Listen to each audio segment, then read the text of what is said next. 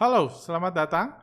Bersama saya Arga dari Creative Trader. Hari ini saya akan coba membahas mengenai kasus yang sedang viral di financial planner Joska yang beberapa hari terakhir diberitakan merugikan investor nasabahnya sampai miliaran rupiah.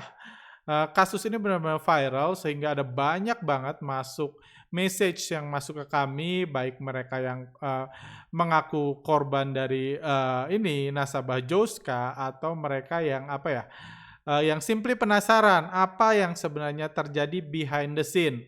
Behind the scene, kenapa Joska bisa rugi begitu besar, kenapa Joska milih saham LAK, dan kenapa nasabah Joska begitu besar, kenapa memilih saham LAK, dan lain-lain. Jadi tentunya yang saya akan bahas di sini dari sudut pandang bandarmologi, what happened behind the scene-nya, kenapa saham Joska yang dulu IPO di 300 bisa sampai naik sampai hampir 2000, terus sekarang turun lagi ke 300-an, dan kenapa begitu banyak yang dirugikan, dan banyak hal lain.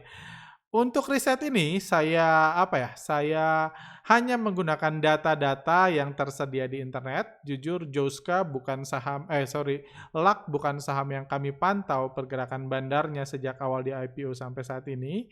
Jadi kami nggak terlalu banyak mendalami pergerakan bandar di saham ini. Cuman tentunya dari kejadian ini kita menemukan banyak fakta-fakta menarik yang mungkin bisa dipahami buat rekan-rekan semua, bisa kami share yang mudah-mudahan ke depannya bisa membantu menemukan solusi baik bagi Joska sendiri, bagi rekan-rekan yang nasabahnya yang saat ini mengalami kerugian dan lain-lain, seperti itu. Satu lagi, saya juga follower Joska dan saya cukup kagum dengan kinerja mereka, at least di Instagram-nya, karena saya hanya follower di Instagram mereka. Saya cukup kagum dengan mengedukasi. Cuman kasus ini benar-benar saya baru ketahui bahwa Joska sendiri mengelola dana nasabah yang mungkin mayoritas dari kita baru tahu, dan saya coba kupas apa yang terjadi behind the scene menurut pandangan saya, menurut analisa saya dengan data-data yang ada. Seperti itu. Oke, langsung saja. Kita tahu ya Joska adalah Instagram. Saya percaya ini mulai dari Instagram, populer dengan desain yang bagus. Dia mengedukasi dari investasi buat para milenial. Itu yang kita tahu sejauh ini. Cuma yang baru terungkap saat ini ternyata Joska sendiri punya anak perusahaan bernama PT Mahesa Strategis Indonesia dan PT Amarta Investa. Amarta Investa ini yang diberitakan mengelola atau menjadi pengelola dari rekening-rekening nasabah yang itu yang bekerja sama dengan Joska, bekerja sama Joska juga yang bertanggung jawab membeli saham LAK itu sendiri, seperti itu. Ini yang dua ininya yang kemarin diberitakan dihentikan sementara kegiatannya yang di sini diduga melakukan kegiatan penasehat investasi, manajer investasi atau perusahaan sekuritas tanpa izin. Itu yang sedang di viral seperti itu.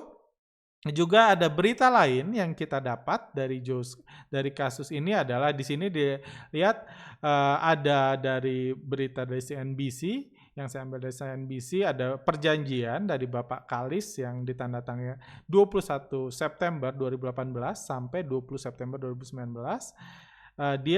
Bapak Kalis ini membuka rekening saham di PT Philip Sekuritas. Jadi ini sekuritas yang masuk dalam kasus ini PT Philip Sekuritas.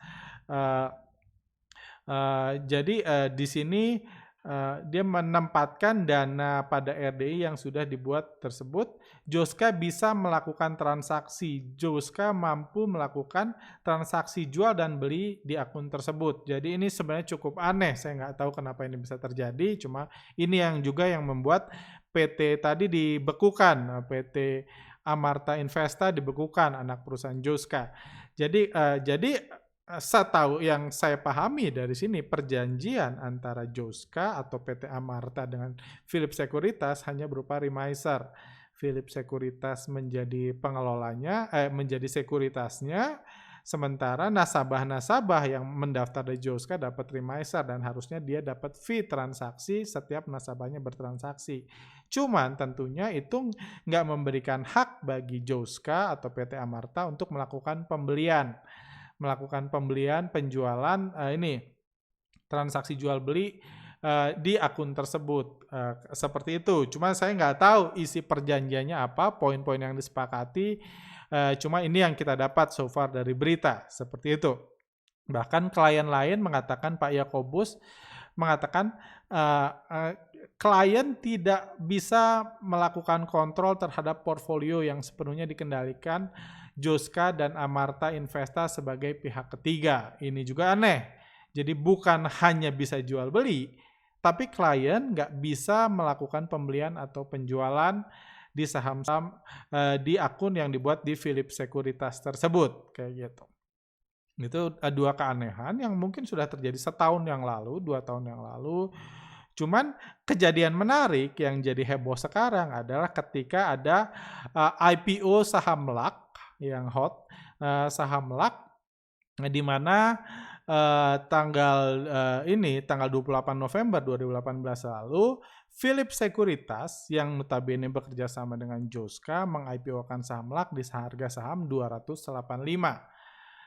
Dan di sini menarik di mana berita lainnya mengatakan beberapa klien Joska ini berita lain dari Pak Yakobus juga sumbernya, beberapa klien Joska diketahui mendapatkan undangan pemaparan ketika PT Sentra Mitra Informatika Tbk ingin melaksanakan penawaran umum saham perdana atau IPO.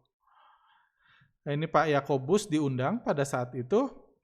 Rata-rata dari tamu yang hadir adalah klien Joska karena berelasi dengan perusahaan jasa keuangan itu. Jadi klien Joska yang udah buka akun saham atau mungkin yang belum tapi tertarik buka akun saham diundang untuk pemaparan before IPO di LAK di Phillip Securitas, seperti itu.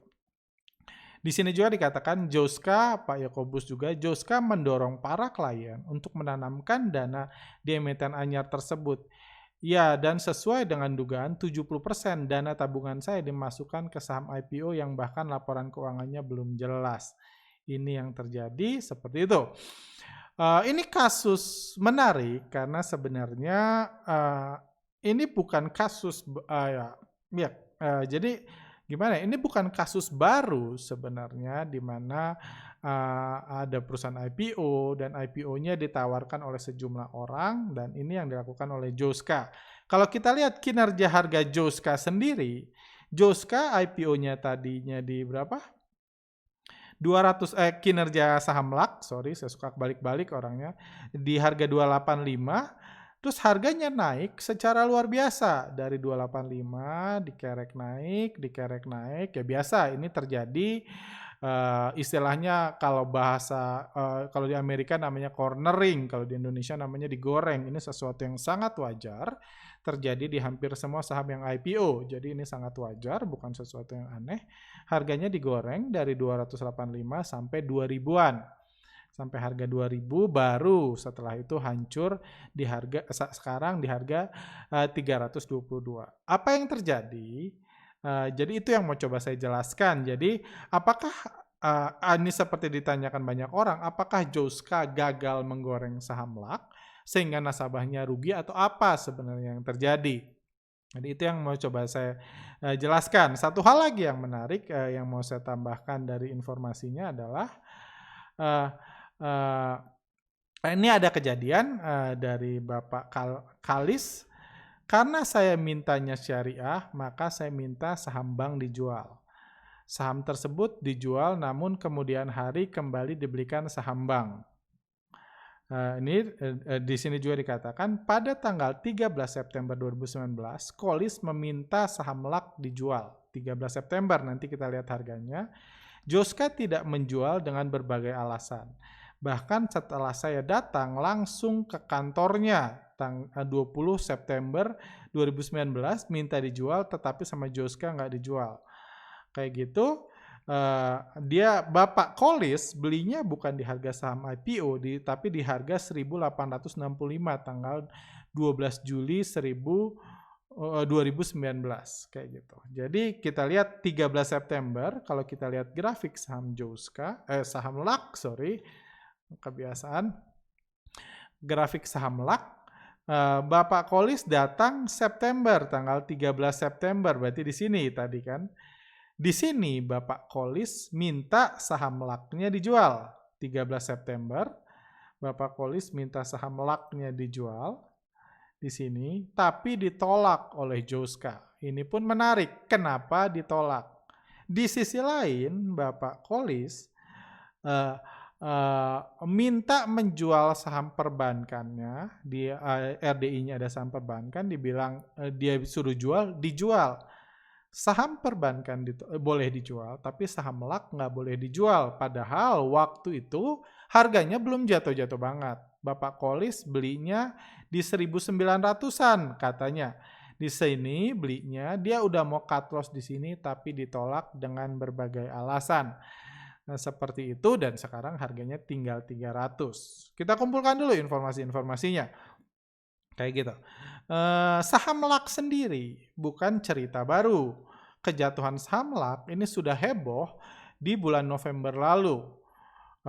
Di sini ada, saya tinggal screen ini Anda search sendiri saham LAK dan Narada. Waktu November lalu keluar berita saham ambles 65%, manajemen LAK mengatakan bukan karena Narada. Belum genap bukan karena Narada, bahkan ini ada ini beritanya, kabar bahwa amblesnya harga saham terkait dengan kasus Narada Asset PT Narada Asset Management yang telah disuspensi oleh OJK, dikatakan oleh direktur dari LAK sendiri, Ibu Josephine Handayani Hidayat, harga saham perusahaan tidak ada hubungannya dengan PT Narada Asset Management. Kita tidak ada di portfolio Narada. Kita kumpulkan dulu, nanti saya coba sambungkan beritanya. Ini terakhir adalah terkait ini keluar lagi ini statement dari Bapak CEO-nya dari ini Bapak Akar, CEO-nya dari Joska.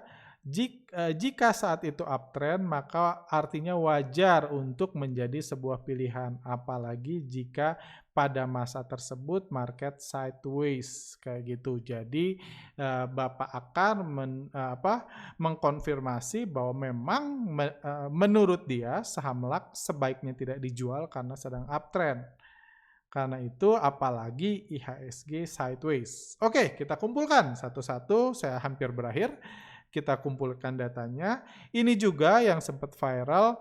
Ini fee dana kelolaan, dana kelolaan saham, biaya perencanaan manajemen saham.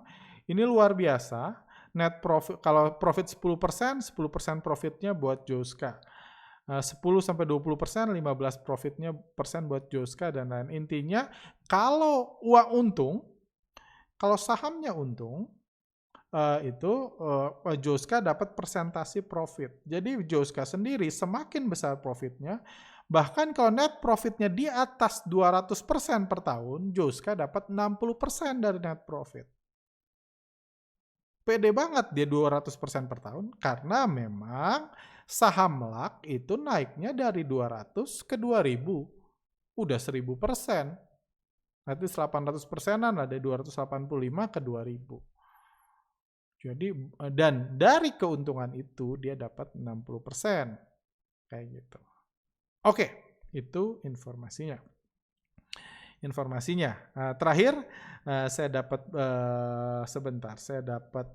bocoran, dapat info juga di Instagram saya. Sorry, belum saya masukkan ke sini. Sebentar. Saya dapat bocoran. Oke. Nah, ini bocoran dari salah satu ini Joska, korban dari Joska. Numpang jawab ya Min, kebetulan Ane salah satu korbannya. Apakah pertanyaannya waktu itu kami sedang mengumpulkan informasi, apakah setiap akun saham yang dikelola diberikan saham yang sama? Menurut Ane enggak. Tapi yang jelas semua akun saham yang dikelola pasti diberikan saham luck. Jadi apapun akunnya, berapapun harganya, diberikan saham luck. Itu versi beliau, salah satu korbannya. Dan proporsinya pasti besar. Kasus Bapak ini adalah 80% dari uangnya diberikan saham luck. Kalau boleh berpendapat, sepertinya pembelian saham yang lain hanya dilakukan agar seakan-akan Joska ini ada kerjanya. Padahal tujuannya adalah untuk dibelikan saham luck itu. Apakah saham luck satu-satunya saham gorengan yang ada di portfolio Joska? Iya. Karena Joska jadi nggak ada gorengan lain. Karena Joska kan mencitrakan dirinya sebagai penganut aliran fundamental. Namun sayangnya seperti jawaban Anda di atas, memang tujuan utamanya tetap ke saham luck dan pembelian saham lainnya biasanya blue chip hanya kamuflase aja. Ini sesuai juga dengan statement Bapak tadi yang dibeliin saham perbankan dan disuruh dijual, Bapak Kalis tadi. Dia beli saham perbankan, dia boleh dijual, tapi kalau saham luck nggak boleh. Seperti itu. Di sisi lain, Joska sendiri kayak optimis banget, profitnya bisa di atas 200% dalam 1 tahun dan dia dapat 60%-nya. Oke, apa yang terjadi di sini? Ada banyak informasi, saya coba gabungkan yang saya pahami seperti itu.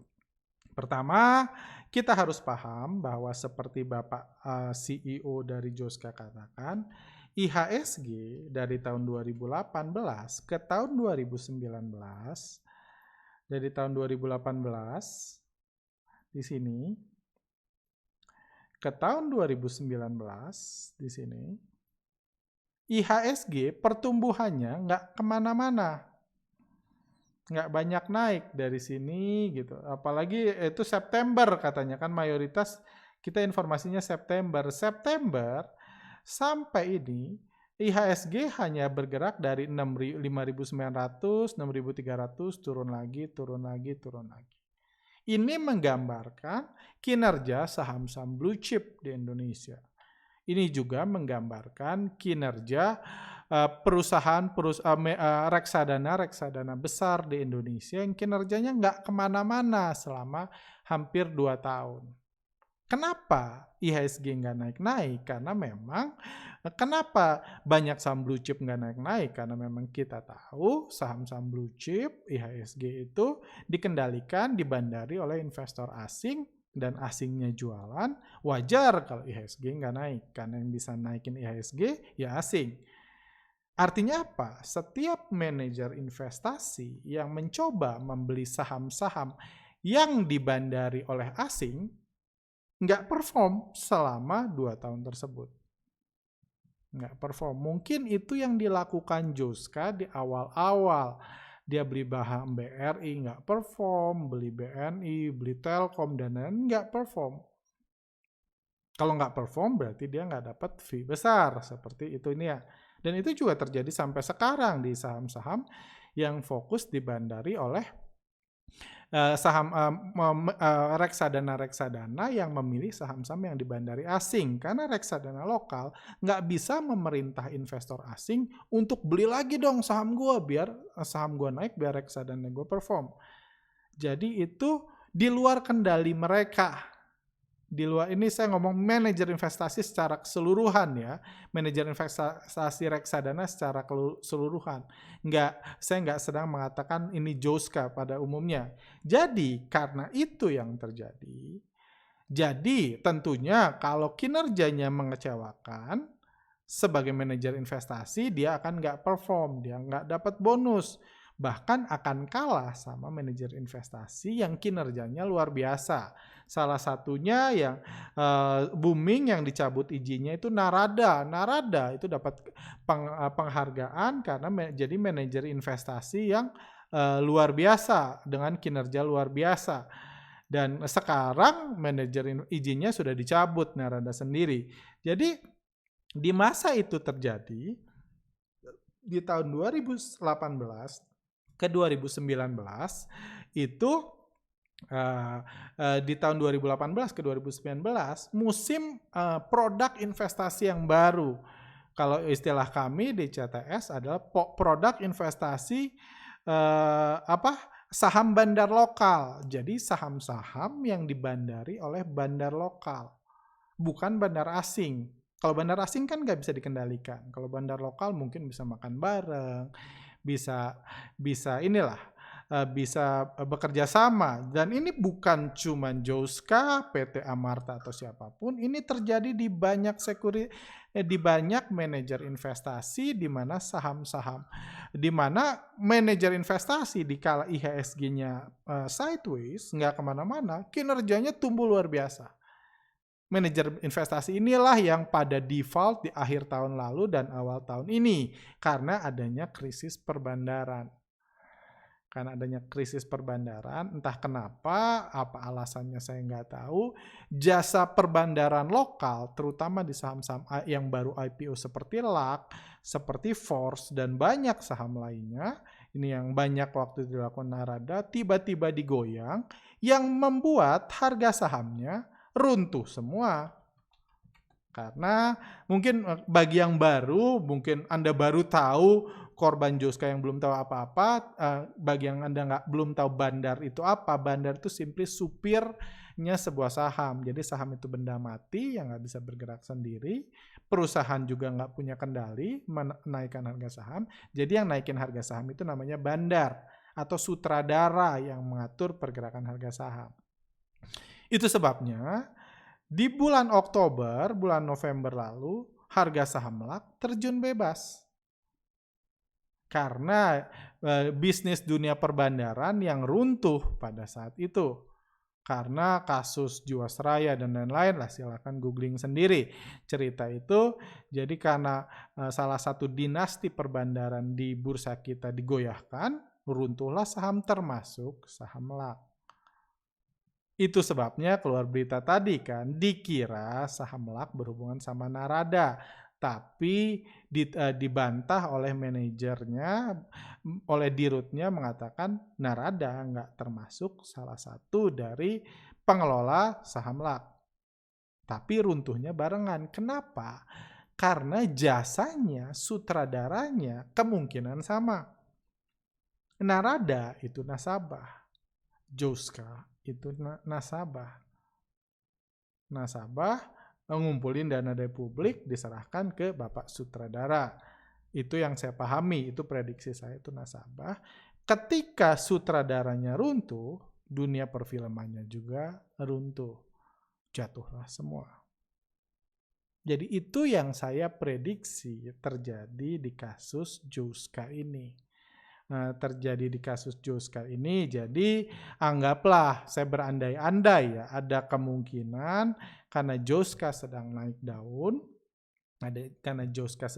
daun, si perusahaan ada seseorang atau ini ada ya salah satu orang yang menawarkan, mau nggak invest di gua, manajer investasi atau tokoh invest di gua.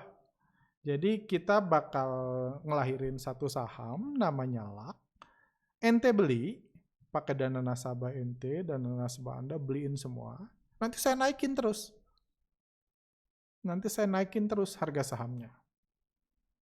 Tapi alasannya kalau pas gua naikin nggak boleh dijual. Itu syaratnya kan, kurang ajar kan, bandar yang naikin, nasabah-nasabah Joskanya yang jualan. Itu sebabnya saham LAK, nasabah yang beli saham LAK nggak boleh dijual. Udah datang ke kantornya nggak boleh dijual. Menurut saya itu alasannya. Jadi digoreng tapi nggak boleh dijual, dikerek naik. Ini based on informasi yang ada ya. Jadi dikerek dari 200 sampai 2000 pun nggak boleh dijual. Kayak gitu. Ini terjadi di banyak saham. Jadi saya nggak menyalahkan Joska di sini. Ini terjadi di banyak saham, di banyak bisnis yang bahkan jauh lebih besar dari Joska, manajer investasi dan reksadana ini terjadi kok. Ini sesuatu yang wajar dan kita juga nggak bisa nyalahin manajer investasi yang harus perform. Dia nggak mungkin cuma beli saham blue chip dan berharap asing someday naikin lagi saham-saham blue chipnya kayak gitu. Jadi itu yang terjadi di saham LAK, nggak boleh dijual. Bahkan di bulan September pun Bapak Kalis minta dijual, nggak boleh dijual. Karena mungkin itu persetujuannya. Sebagian orang beruntung, mungkin seperti Bapak tadi, ya sempat beruntung, tapi tetap nggak boleh dijual. Yang diundang pada saat IPO, Bapak Yakobus, berarti dia dapat harga 285. Saya nggak tahu dan 285, tapi ada yang nggak beruntung beli di harga 1.900. Jadi intinya mayoritas saham uangnya dipakai buat membeli saham saham LAK 80%-nya kalau kasus Bapak yang share di sini untuk terus naikin harganya. Jadi diputar-putar aja. Kalau kita lihat transaksi saham LAK sendiri sejak IPO sampai ke level harga tertingginya di sini, kita lihat yang paling banyak beli memang KK, which is Phillip Securitas, itu yang paling banyak beli dari hari pertama IPO ke sini. Itulah nasib Bapak, menurut prediksi nasib Bapak tadi, Bapak Kalis yang beli di 1.800, 1.900 ini dikerek naik,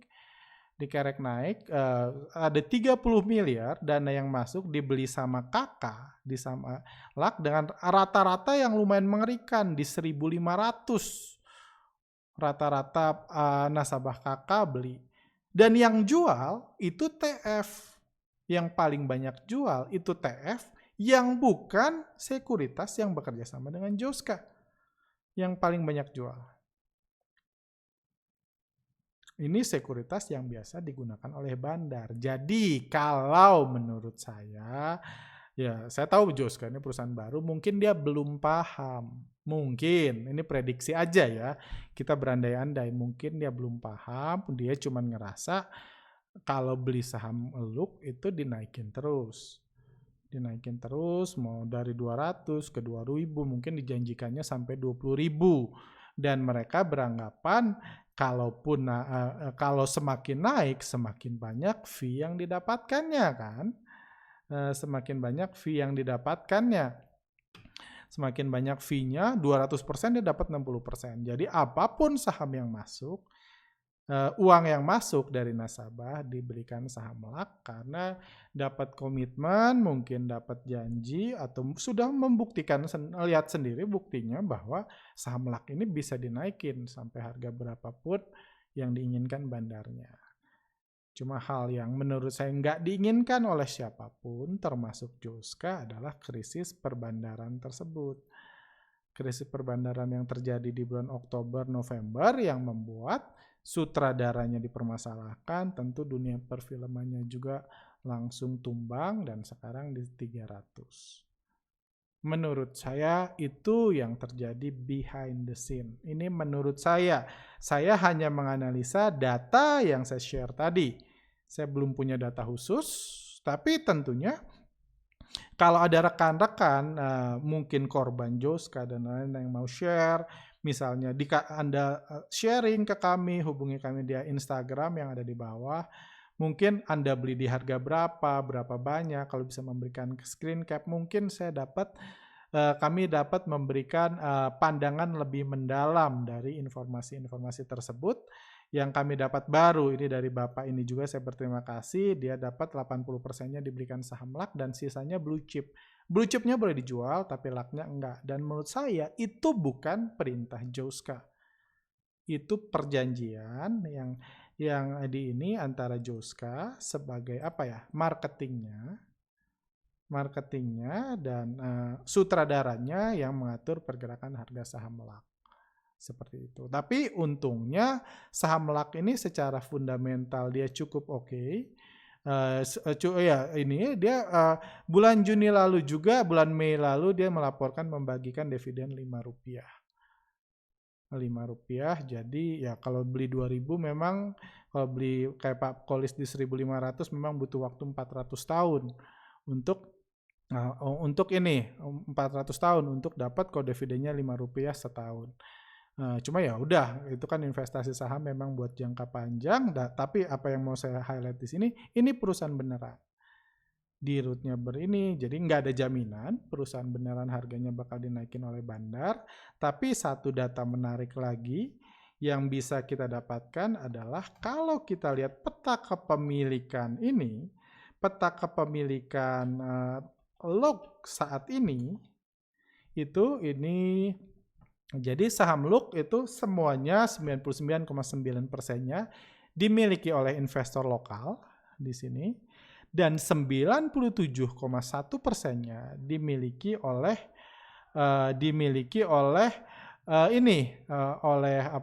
individual.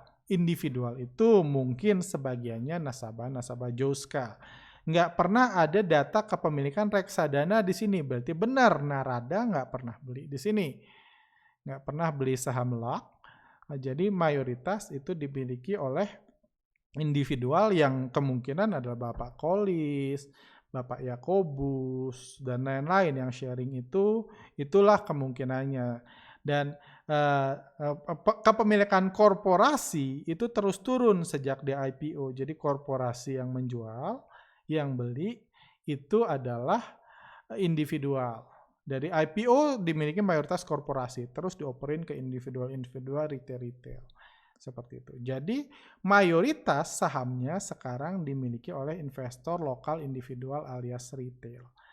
Kalau itu mayoritas ternyata Joska, saya nggak punya ukuran, saya belum tahu size nasabah Joska di saham LAK itu berapa besar.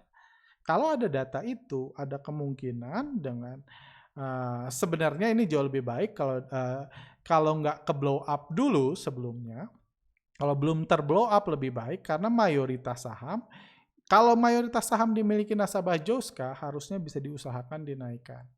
Jadi nasabah-nasabah Joska nggak harus nunggu dapat dividen Rp5 untuk 100 tahun ke depan, kayak gitu kembali returnnya dari dividen karena perusahaannya memang perusahaan beneran yang ada dividennya. Tapi tentunya bisa dibantu dinaikkan kalau dengan knowledge yang baik dan lain-lain, kalau memang mayoritas sahamnya di nasabah Joska. Dan sama seperti waktu IPO juga kan, kalau mereka nggak boleh jualan harga bisa dinaikin seperti itu. Cuman ya let's see lah, itu pandangan saya. Semoga bisa membantu, semoga bisa ada solusi buat rekan-rekan. Dan kalau ada, ini saya kembali lagi, ini pandangan saya, kalau ada yang butuh bantuan, semakin banyak informasi yang saya dapat, kami dapat, karena spesialis kami di mekanisme pembentukan harga, bukan di fundamental atau technical. Jadi mungkin kami bisa rilis video lain yang bisa membantu rekan-rekan semua. Oke, thank you. Semoga video ini bermanfaat. Sampai jumpa video-video yang lain. Silahkan kalau ada pertanyaan bisa diberikan di kolom komentar di bawah. Like Anda kalau nggak suka, dislike kalau nggak suka, dan Anda kalau punya informasi tambahan bisa follow Instagram kami, kirimkan data Anda atau informasi yang Anda miliki ke Instagram kami supaya mudah-mudahan kami bisa bantu ke depannya baiknya seperti apa. Thank you, stay healthy, see you next time.